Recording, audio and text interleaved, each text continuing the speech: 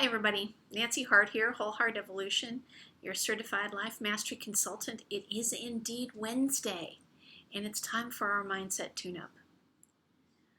As I was preparing for today, I found myself listening to a lot of things and thinking about a lot of things about a particular subject.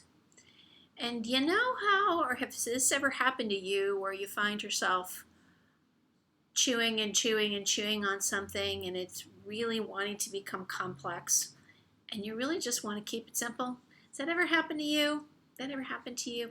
Yeah, I was having one of those moments around this topic, and I thought, you know something, Nance, just keep it simple. And for those who have known me for a long time, please feel free to chuckle. Let's just keep it simple.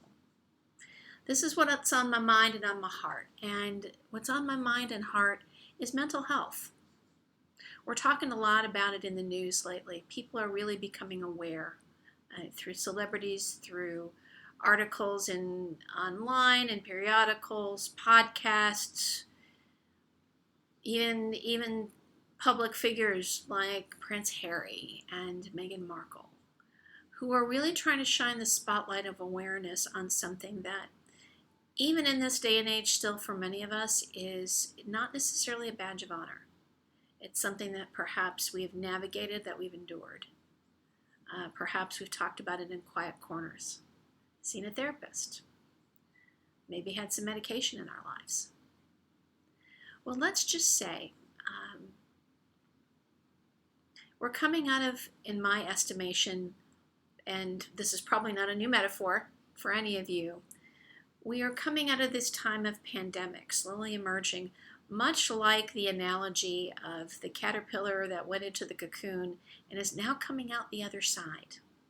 And we're beginning to see what's being birthed from that.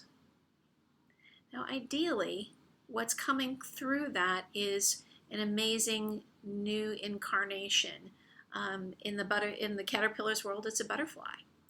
For each of us, I think it's an opportunity to really kind of take stock of ourselves, embrace the things that are familiar and important to us, and maybe really take a pause to see, okay, what's coming with me? What have I learned? What's coming with me, and what's seeking to emerge? And as we're doing that work, and it can be pretty rigorous, we can be challenged at times. We can be challenged with things like anxiety and depression, and there's just a whole bevy of words that comes along with that. And if that's you, and I'll be really transparent, that's been me at a point in time in my life. And I have had wonderful support along the way.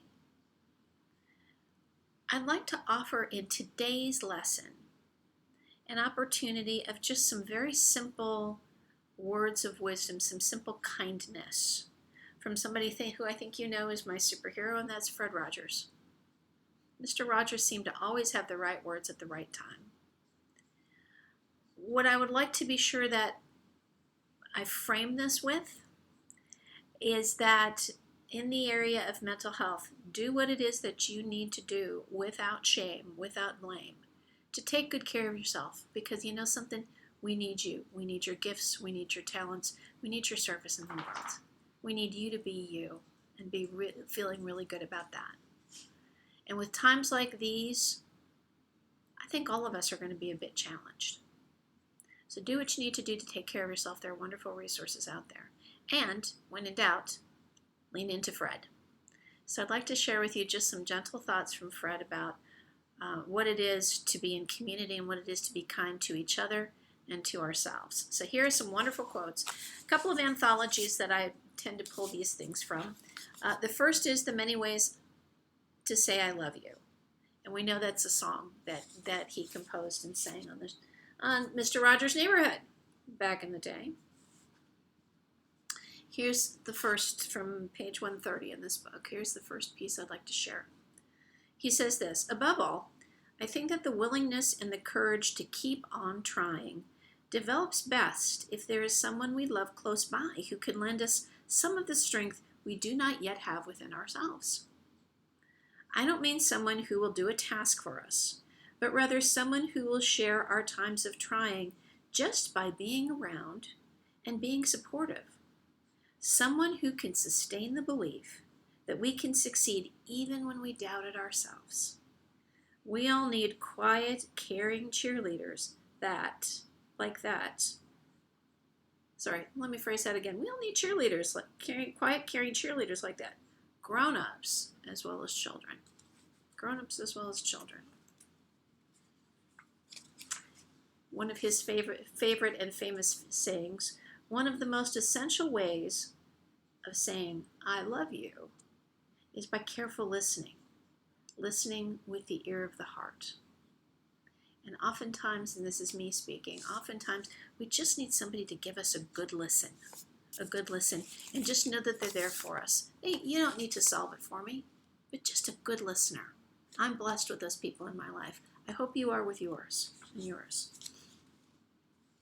This is from Fred's book, The World According to Mr. Rogers, again, another anthology of his ideas and sayings. And there are a few here I'd like to share. It's no secret that I like to get to know people, and not just the outside stuff of their lives. I like to try and understand the meaning of who people are and what they're saying to me. There's nothing more joyful than feeling that you are seen and that you are heard. And that's what I think he's suggesting there to us. Here's another thought. As human beings, our job in life is to help people realize how rare and valuable each one of us really is. That each of us has something that no one else has or ever will have. Something inside that is unique to all time. It's our job to encourage each other to discover that uniqueness and to provide ways of developing its expression. That is powerful, ladies and gentlemen. Do you. Discover and do you. And let's see, I think we'll do just one more. Yeah. If you could only sense how important you are to the lives of those you meet, how important you can be to the people you may never dream of. There is something of yourself that you leave at every meeting with another person. Ladies and gentlemen, I would offer to you these words from Fred, from Mr. Rogers, and embrace them as part of our opportunity in community, part of our opportunity of caring for one another, part of good mental health, the idea of being listened to, listened with, being heard, being seen. Take good care of yourself. Take good care of the ones that you love, and maybe even those you're just getting to know in your neighborhood as we emerge out of this cocoon. Take good care of yourself. Take good care of each other. That's Wednesday, Mental Health Day. Take good care. I'll see you next week. Bye for now.